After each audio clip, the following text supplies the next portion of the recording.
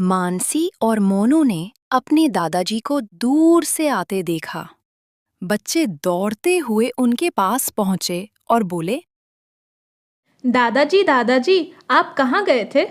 बच्चों, मैं श्री सत्यनारायण भगवान की कथा में गया था। ये सत्यनारायण भगवान कौन है? सत्यनारायण भगवान विष्णु के ही एक रूप हैं, जिन्हें सत्य और विश्वास का प्रतीक माना जाता है। और ये सत्यनारायण कथा क्या होती है? बेटा, स्कंद पुराण के अनुसार भगवान विष्णु ने नारद मुनि को सत्यनारायण व्रत के महत्व के बारे में बताया था और सत्यनारायण की कथा भगवान विष्णु की ही कथाएं होती हैं। तो आप हमें भी सुनाएंगे ये कथाएं? हाँ, मैं तुम्हें जरूर सुनाऊंगा। ये कथा किसी भी पूजा या शुभ अवसर पर की जाती है और मैं तुम दोनों को ये कथा जरूर सुनाऊंगा।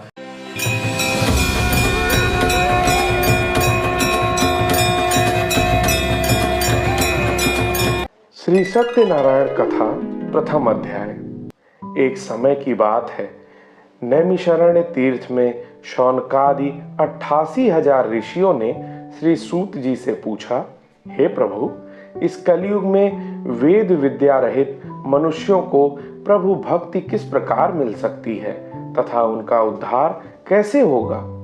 हे मुनिश्रेष्ठ, कोई ऐसा तप बताइए जिससे थोड़े समय में ही पुण्य मिले और मनवांछित फल भी मिल जाए। इस प्रकार की कथा सुनने की हम इच्छा रखते हैं।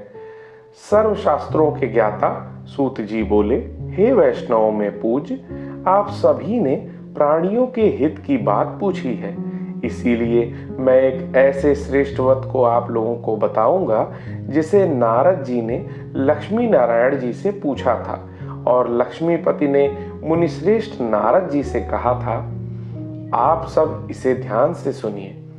एक समय की बात है, योगी राज नारद जी दूसरों के हित की इच्छा के लिए अनेकों लोक में घूमते हुए मृत्यु लोक में आ पहुंचे। यहाँ उन्होंने अनेक योनियों में जन्मे प्रायः सभी मनुष्यों को अपने कर्मों द्वारा अनेकों दुख से पीड़ित देखा। उनका दुख देख नारद जी सोचने लगे कि ये कैसा यत्न किया जाए जिसके करने से निश्चित रूप से मानव के दुखों का अंत हो जाए। इसी विचार पर मनन करते हुए वह विष्णु लोक में गए।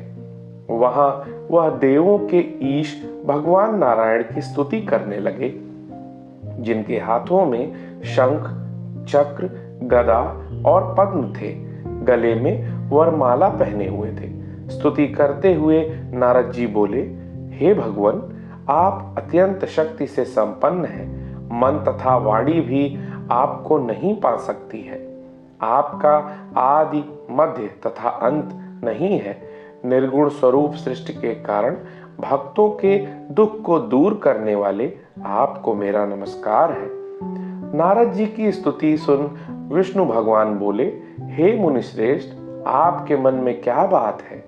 आप किस काम के लिए पधारे हैं? उसे निसंकोच कहो।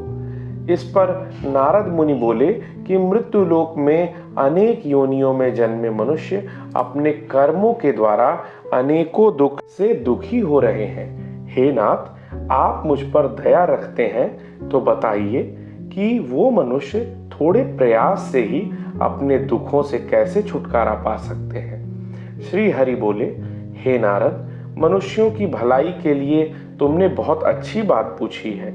जिसके करने से मनुष्य मोह से छूट जाता है, वह बात मैं कहता हूँ, उसे सुनो।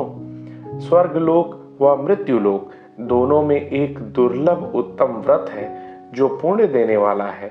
आज प्रेमवश होकर मैं उसे तुमसे कहता हूँ। श्री सत्यनारायण भगवान का यह व्रत अच्छी तरह विधान पूर्वक करके मनुष्य तुरंत ही यहाँ सुख भोग कर मरने पर मोक्ष पाता है।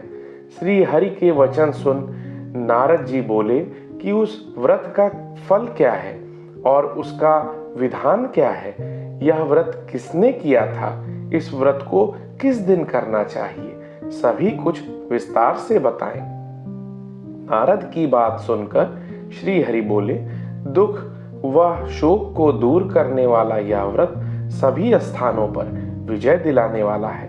मानव को भक्ति और श्रद्धा के साथ शाम को श्री सत्यनारायण की पूजा धर्मपरायण होकर ब्राह्मणों व बंधुओं के साथ करनी चाहिए। भक्ति भाव से ही नैवेद्य केले का फल, घी, दूध और गेहूं का आटा सवाया लें। गेहूं के स्थान पर साठी का आटा, शक्कर तथा गुड़ लेकर वह सभी भक्षण योग्य पदार्थों को मिलाकर भगवान का भोग लगाएं। ब्राह्मणों सहित बंधु बांधवों को भी भोजन कराएं। उसके बाद स्वयं भोजन करें। भजन कीर्तन के साथ भगवान की भक्ति में लीन ही हो जाएं। इस तरह से सत्यनारायण भगवान का यह व्रत करने पर मनुष्य की सारी इच्छाएं निश्चित रूप से पूरी होती हैं। इस कलिकाल अर्थात कलयुग में मृत्युलोक में मोक्ष का यही एक सरल उपाय है। इति श्री सत्यनारायण व्रत कथा का प्रथम अध्याय संपूर्ण। श्रीमन्नारायण